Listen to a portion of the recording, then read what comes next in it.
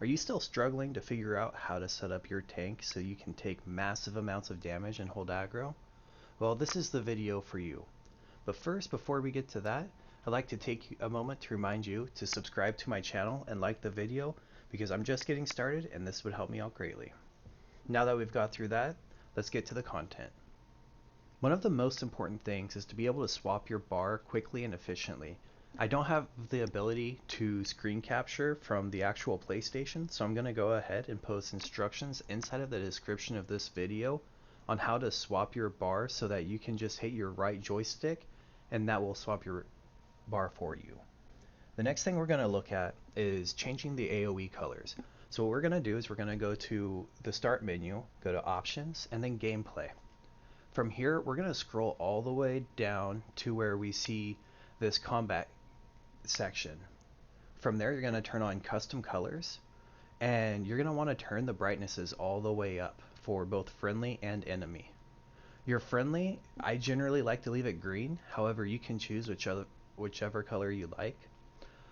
For enemy, again, you want to make sure that the color is turned all the way up, and then you can select whatever color you would like here. The main thing is that you remember which color it is and that it automatically triggers in your head that you need to move out of that AoE. The next thing we're going to look at is the screen shake. So we come over here to the options and camera, scroll down, and we're going to turn our screen shake all the way to the left. What this does is it prevents the screen from moving so much whenever a skill is activated, and it makes life a whole lot easier. And then from here, while we're still in this menu, we're going to come down to the third person field of view. So what that does, as you can see, as I move it to the left, I get a lot closer. But while we're tanking, we want to have a good view of the field, so we're going to move that all the way to the right and as far out as it will go. The next step is to check the indicators for your broken gear and your enchantments. So what you're going to do is you're going to stay in that options menu and scroll down to interface. And from there, you're going to hit R2 and scroll up to where you see weapon indicator and armor indicator. You want to make sure that both of these are on because that will tell you if you have broken gear or if your enchantment has run out on your weapon. From there, we're going to go over to the ability timers. So you go back to your options menu and then you go down to combat. Inside the combat menu, you'll see this heads up display where it says ability bar. I keep that on automatic, that way I know when I'm in combat. The next thing you want to do is make sure that your ability bar timers are on, as well as your ability bar back row. This will let you know when your skills are getting ready to run out, so you don't have to wonder where you're at with your rotation and your buffs and debuffs. While staying in the combat menu, you want to scroll down until you see ultimate number and make sure that that's turned on. This allows you to know where you're at with your ultimate, and especially for something like a Dragon Knight, it helps you know whether or not you can be a little bit more generous with your resources or not. From here, you're going to hit R2 twice, and this will take you down to the buffs and debuffs menu.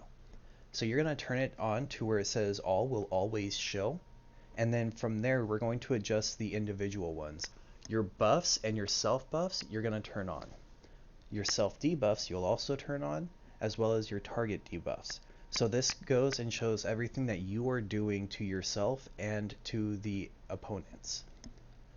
From there, you're going to turn off the from others buffs and debuffs because that makes it to where you don't know what is actually being applied by you. So you don't know if, maybe you're in VMAL and you don't know who has taunt of the specific boss that you're fighting at that time. The long effects you're going to turn on, and you're going to turn off your permanent effects. So the permanent effects are things that are given to you by your gear or your racial style passives. These are things that will never change unless your gear is messed up, so you'll want to make sure that those are off. Now that we've looked at all of our settings and how we're going to adjust our personal setup, we're going to take a look at what I like to call the tanking triangle. I don't know who created this. I would love to know who so I could give them credit though. But this is probably the best triangle I've ever seen, and it works for all support roles. However, this one is very specific to tanking. So at the bottom of the triangle, you have hold aggro, don't die. What that means is exactly as it says, hold aggro, don't die. This means that your entire goal in life is self-sustainability and making sure that your DPS and your healer are not getting hit. From there, you have hold aggro, don't die, and bring a support set. So same thing, we're going to keep building up, working our way as we're getting better. Now instead of bringing sets that are keeping me alive, I'm going to start bringing sets that are buffing the group or debuffing the boss. So now we're looking at hold aggro, don't die, bring a support set, and buffs and debuffs. This is where you start adjusting your skills to where you're not being selfish in your skills, but more so you're putting on skills that allow you to affect the boss and buff the group so that they're doing more damage or they're receiving better healing. Next is maximum uptimes, aggro, don't die, and your sets. So again, we are going to continue to build on it, and we're looking at the maximum uptimes. This means that you've gone and perfected all of your uptimes for your skills, so you're keeping the maximum abilities on your buffs and debuffs. And finally, we have the everything section of the triangle. These are the 1%ers that are like TC Lee and the other tanks who are running the extreme trifectas of like VSS, VCR, VRG, and they're going through and doing things like wearing medium armor on their body because they don't need this sustainability on themselves. This is the last step in the triangle, and you don't need to worry about this. This is what you do here is you're going to take an honest assessment of where you're at and decide what you need to do. If you're still not able to buff and debuff because you keep getting caught by heavy attacks or you're not able to sustain, take a step back, hold aggro, don't die, and bring a support set. If you're still not able to survive wearing a support set, wear sets that keep you alive so that you're able to do your job as a tank and hold aggro and not die. Now that we've made it through the tanking triangle, what we're going to do is look at our food and potions. So first thing we do is go up to our inventory, go to our slottable items, and in general, the top food that you'll want to use is going to be the Bewitched Sugar Skulls. So what this does is it gives you max health, max magicka, and max stamina, as well as health recovery, which is really helpful. If you don't have access to the Bewitched Sugar Skulls, or you're not running something that's quite as difficult, you'll want to either run the Crown Fortifying Meal or the Longfin Pastry with melon sauce, both of which give you max health, magicka, and stamina. If you're not running anything that's super difficult, I suggest running the Crown Refreshing Drink. It's a good way to just burn through extra drinks that you have, and it doesn't cost you anything because they're given away quite regularly in the daily rewards. So next we're going to take a look at potions. So what you're going to do is scroll down to the potions section, and you're going to want to equip the Crown Tri-Stat Restoration Potions or the Essence of Health, which gives you health, magicka, and stamina. These are important because they give you all three resources, which are very important for a tank, especially because you need to be using all three of your resource pools in order to survive well.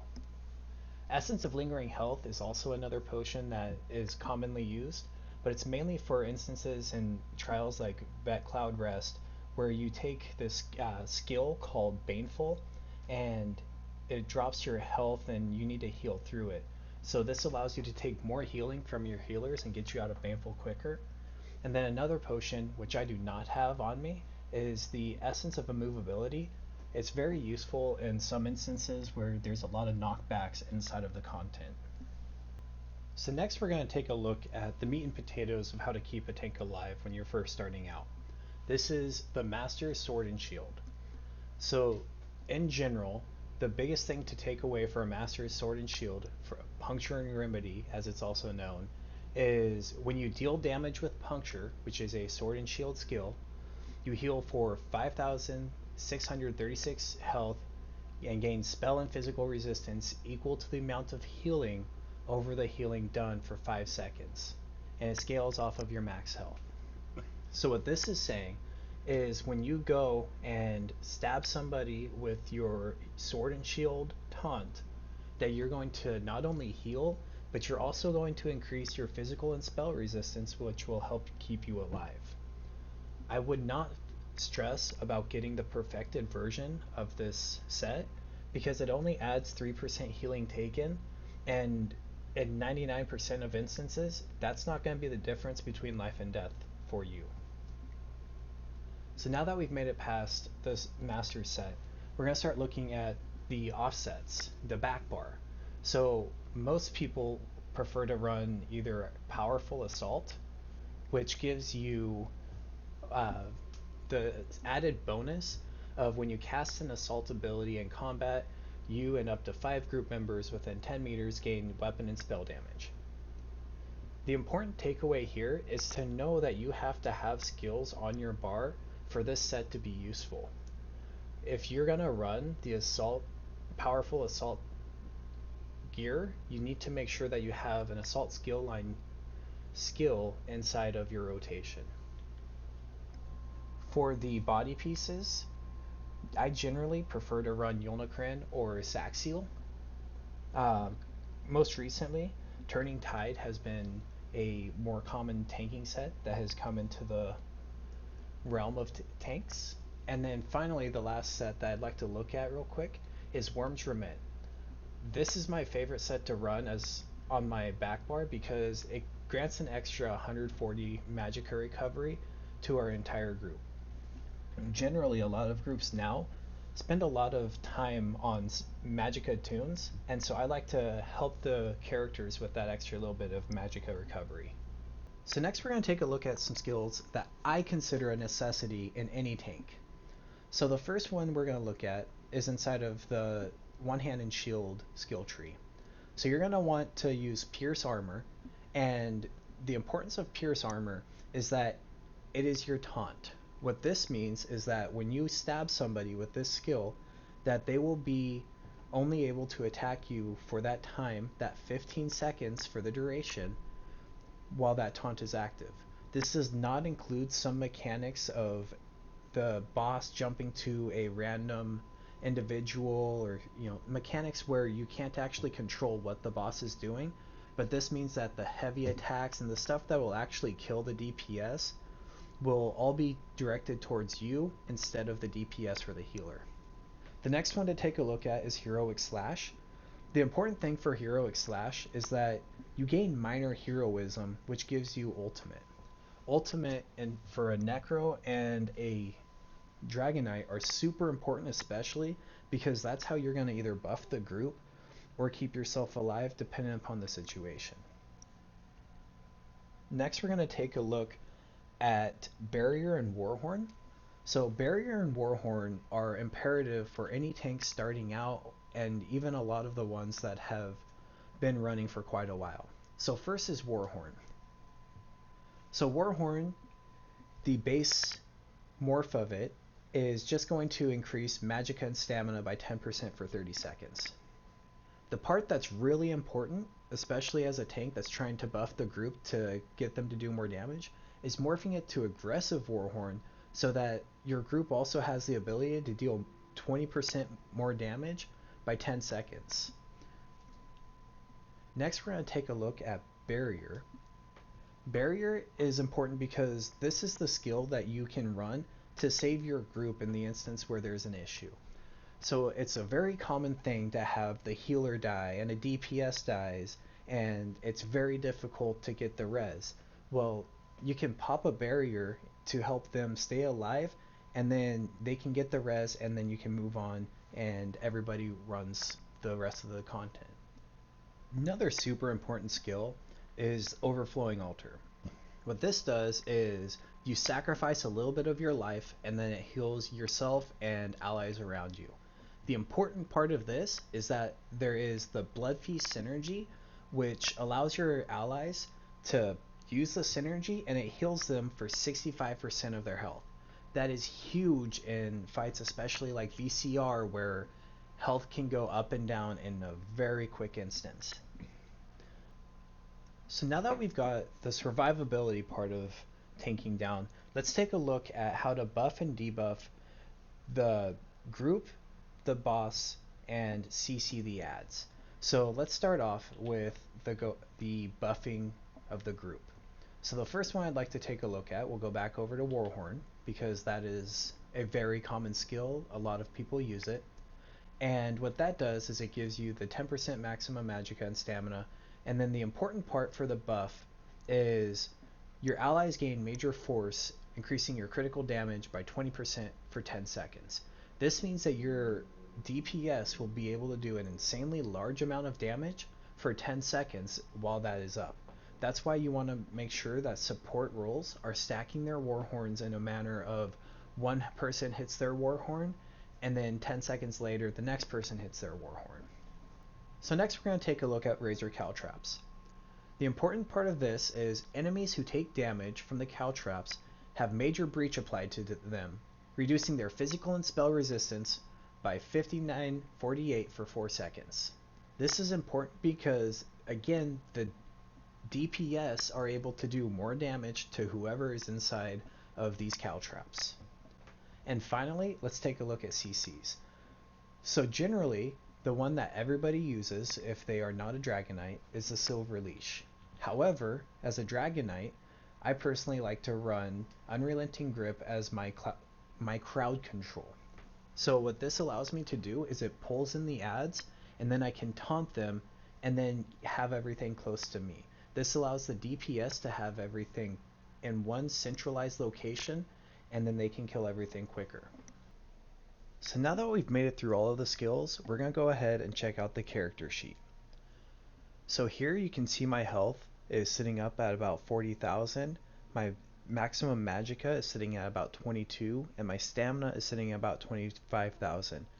The important thing here is to keep your stamina just a little bit higher than your magicka, because you'll be able to gain your stamina back from synergies, whereas you can run balance from the Mage's Guild skill line to increase your magicka.